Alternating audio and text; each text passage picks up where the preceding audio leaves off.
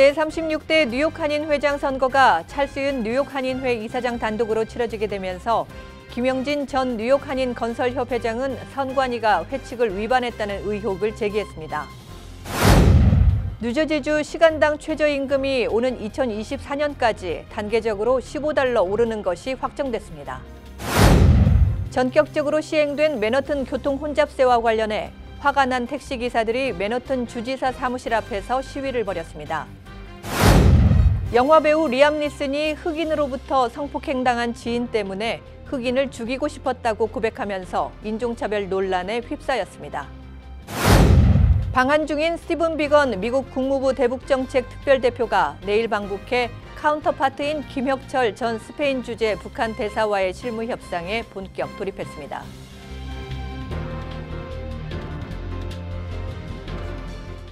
황금돼지해인 2019년 기해년에도 한인 동포 여러분 가정에 만복이 가득하시기를 뉴 밀레니엄 뱅크 임직원 모두가 기원드립니다. Member of FDIC and Equal Housing Lender.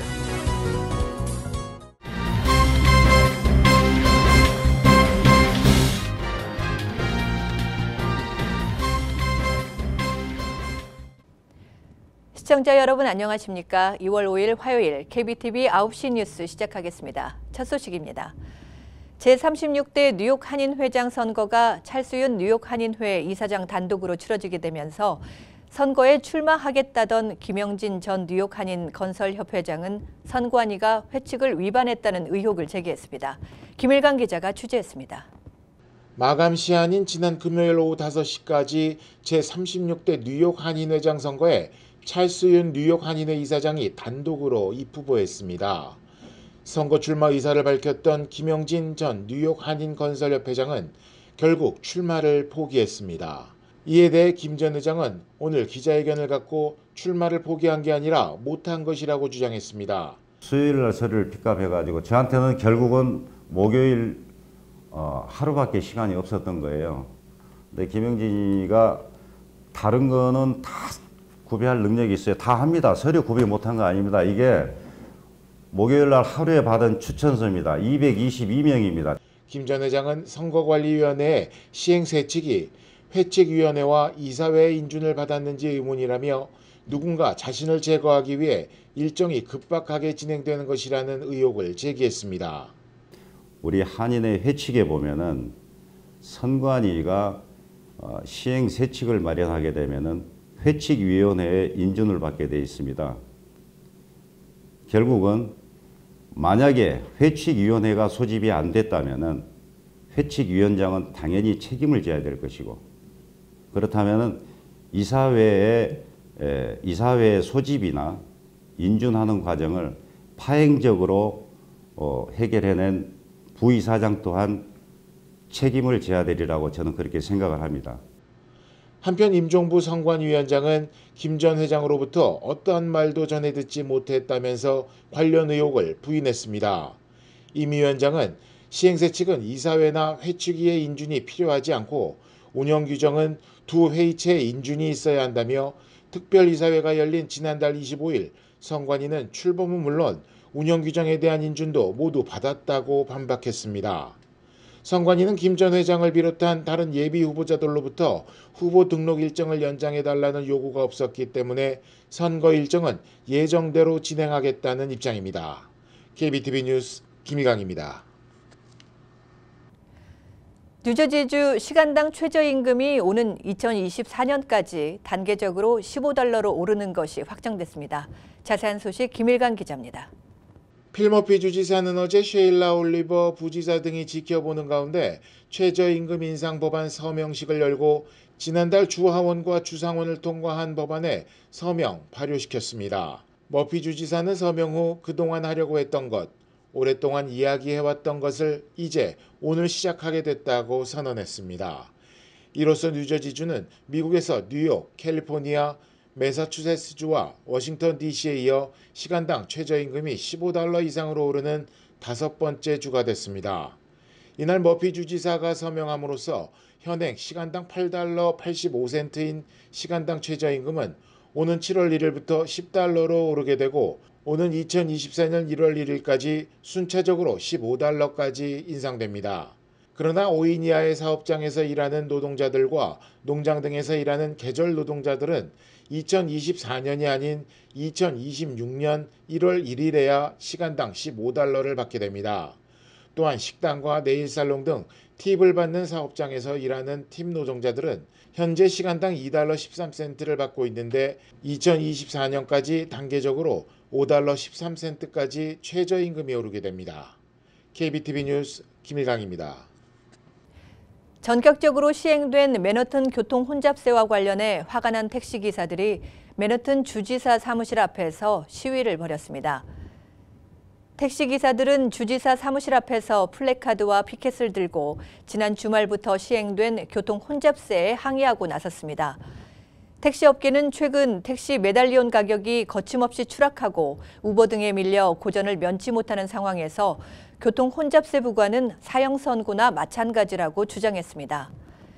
교통 혼잡세는 올해 1월 1일부터 부과할 예정이었지만 소송으로 임시 중단됐다가 지난달 31일 뉴욕주 법원에서 가처분 해제 명령을 받고 전격 시행됐습니다. 이로 인해 옐로캡의 경우 요금의 $2.50, 우버나 리프트 등은 $2.75가 교통 혼잡세로 부과됩니다.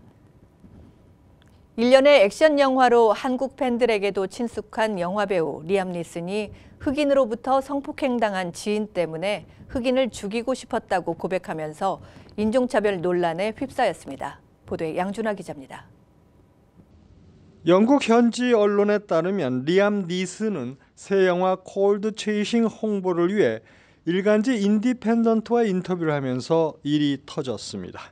리암 니슨은 영화 속 주인공의 복수 동기에 관한 질문을 받자 얘기를 하나 해주겠다. 이건 진짜 이야기다며 말을 꺼냈습니다.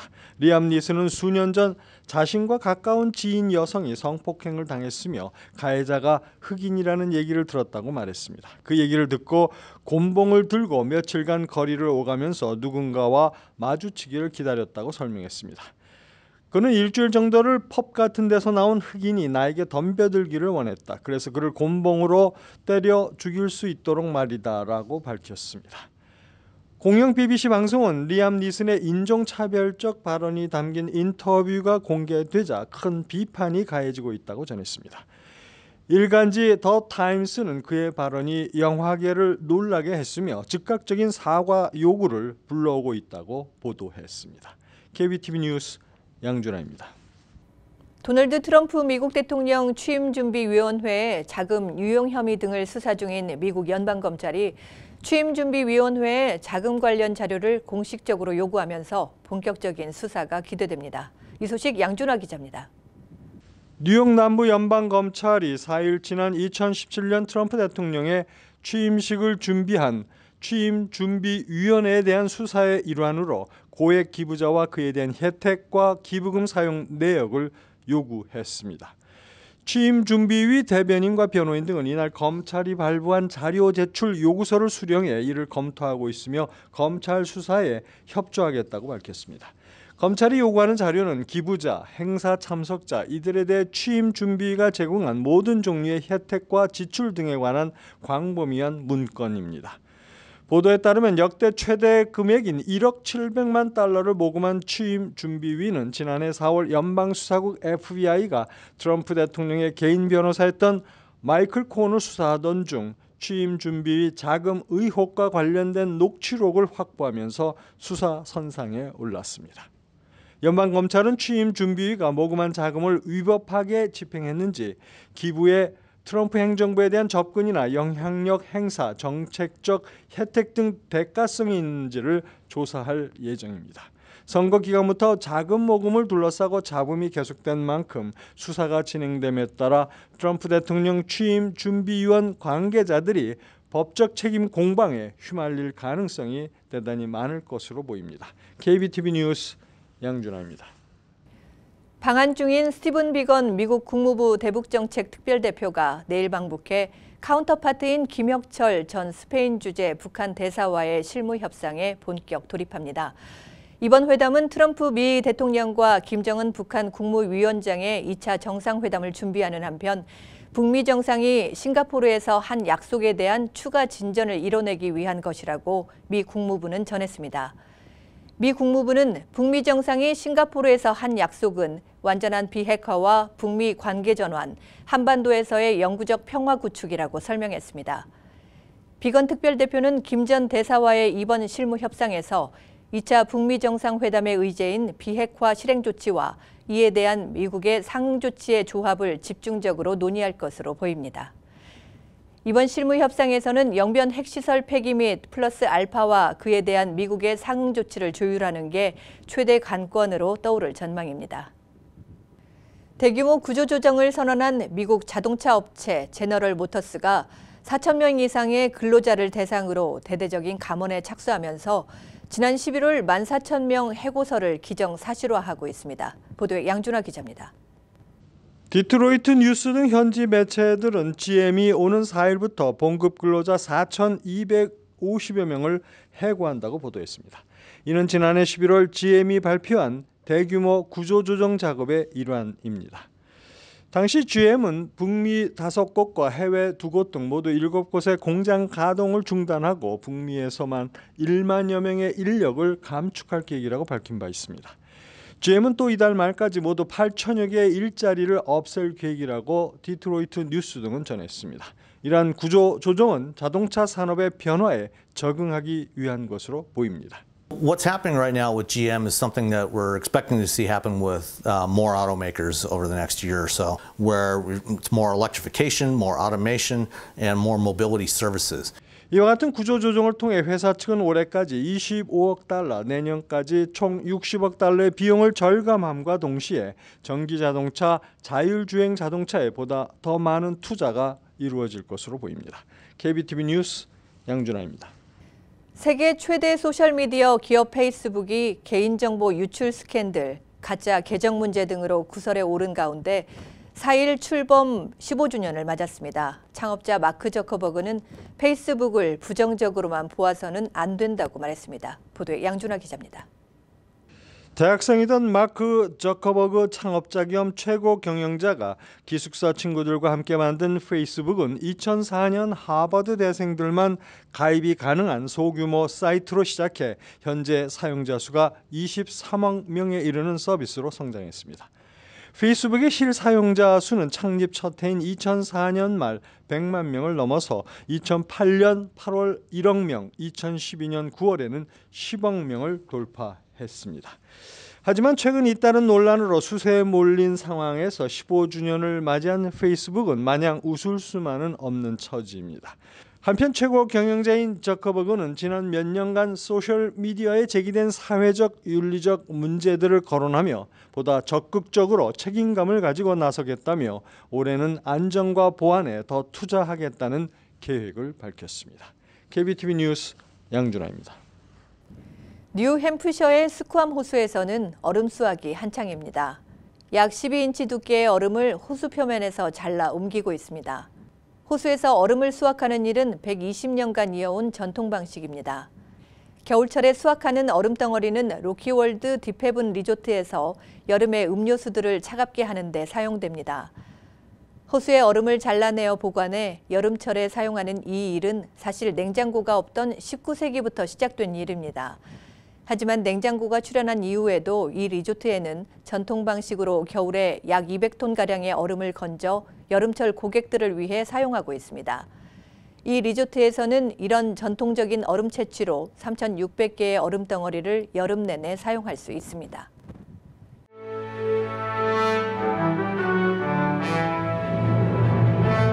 사건 사고입니다. 어제 보도해드린 퀸즈 지역 90스트리트역 플랫폼에서 발생한 총격 살인 사건 용의자가 경찰에 의해 체포됐습니다. 이 용의자는 26살의 나이로 이름은 라미로 쿠티에레스로 밝혀졌고 퀸즈를 무대로 활동하는 갱단인 MS-13 소속 조직원으로 알려졌습니다.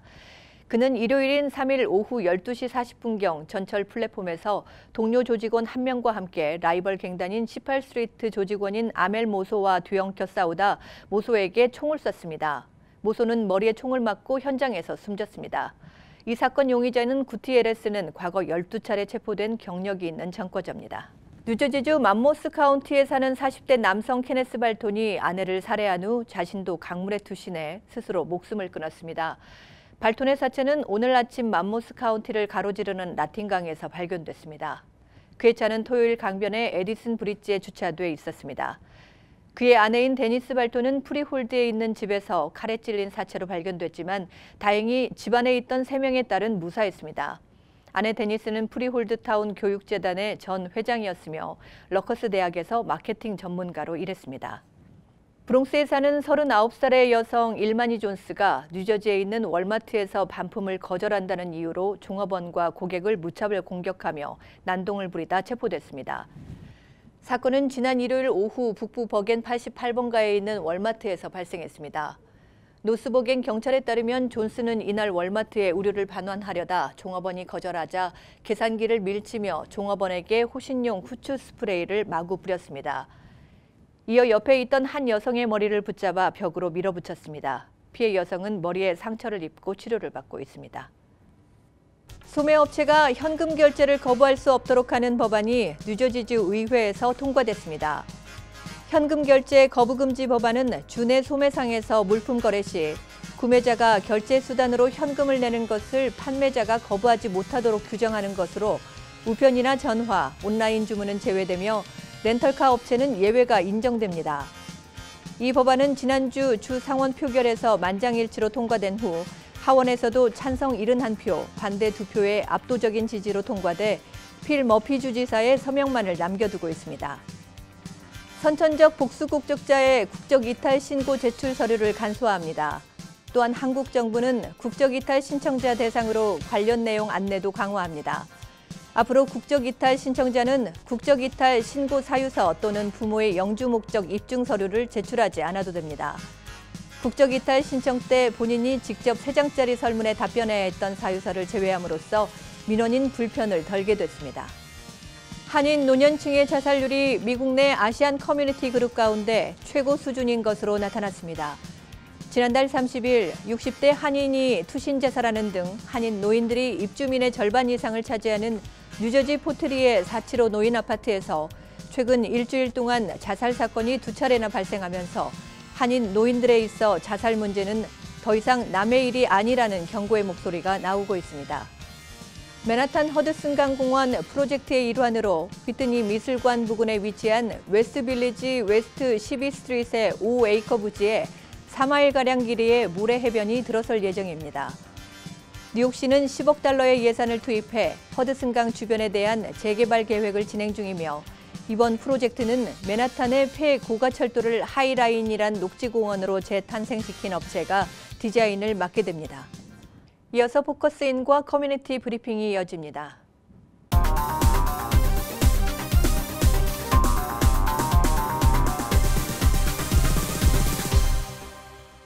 네, 지난 시간에 이어 신중식 이민법 전문 변호사와 함께하겠습니다. 어서 오십시오. 네, 안녕하세요. 변호사님. 네.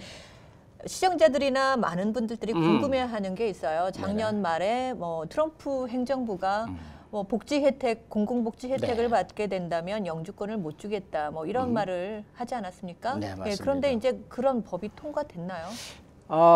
이제 작년 말에 네. 뭐 워낙 트럼프 행정부가 이민자에 대해서는 좋은 거 하나도 안 네. 하는데 더 압박을 가하느냐고. 네.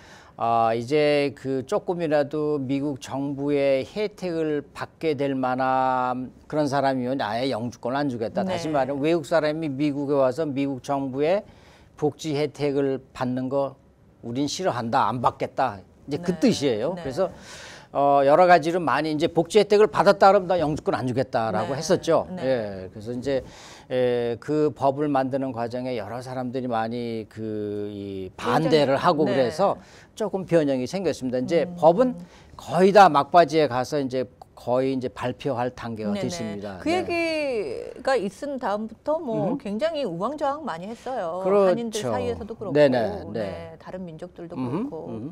네. 사무실에 그 전화로 문의해 오는 그 유형을 보면은 네.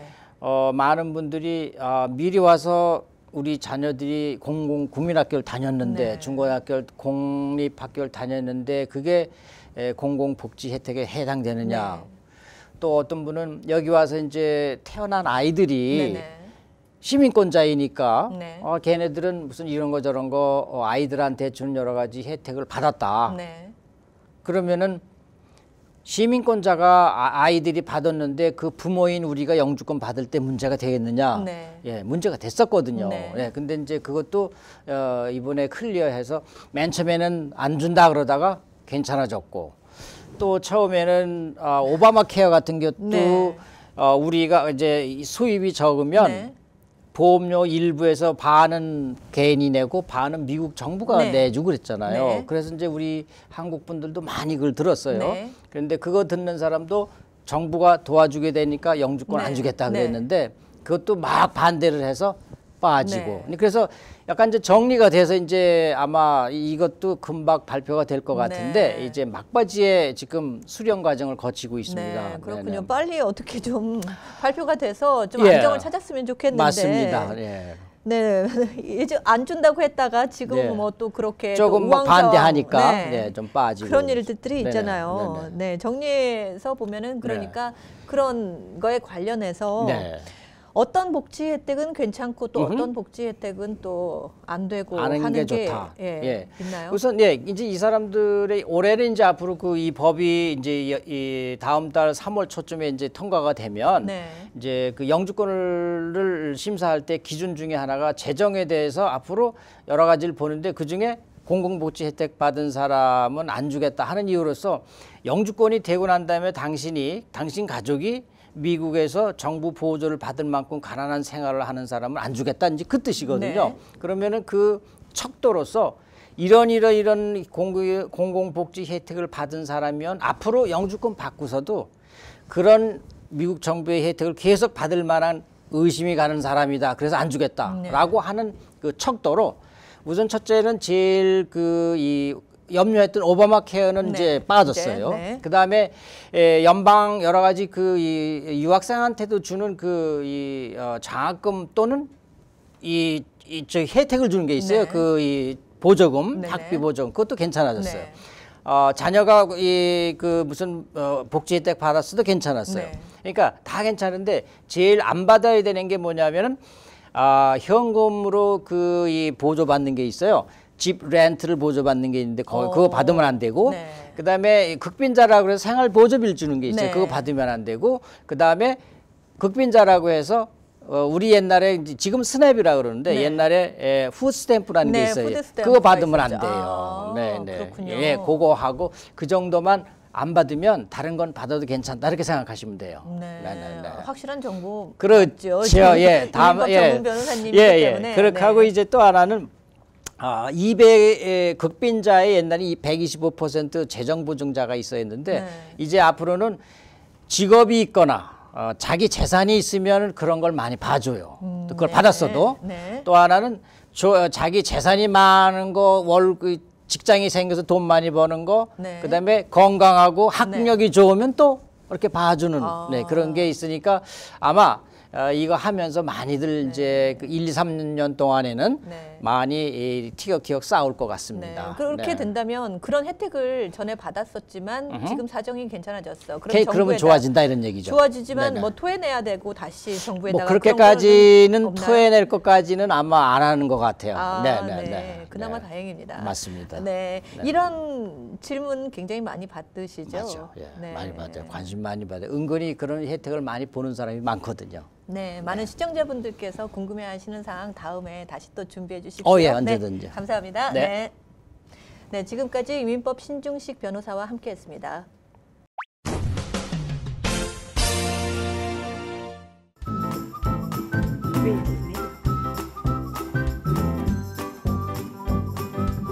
creativemedia.net. creativemedia.net.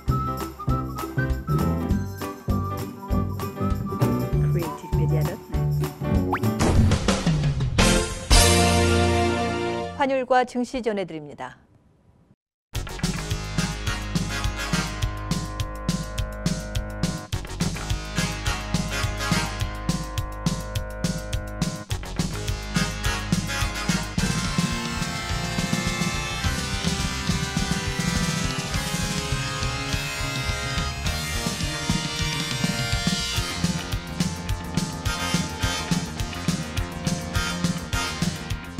뉴욕과 뉴저지 날씨 전해드립니다.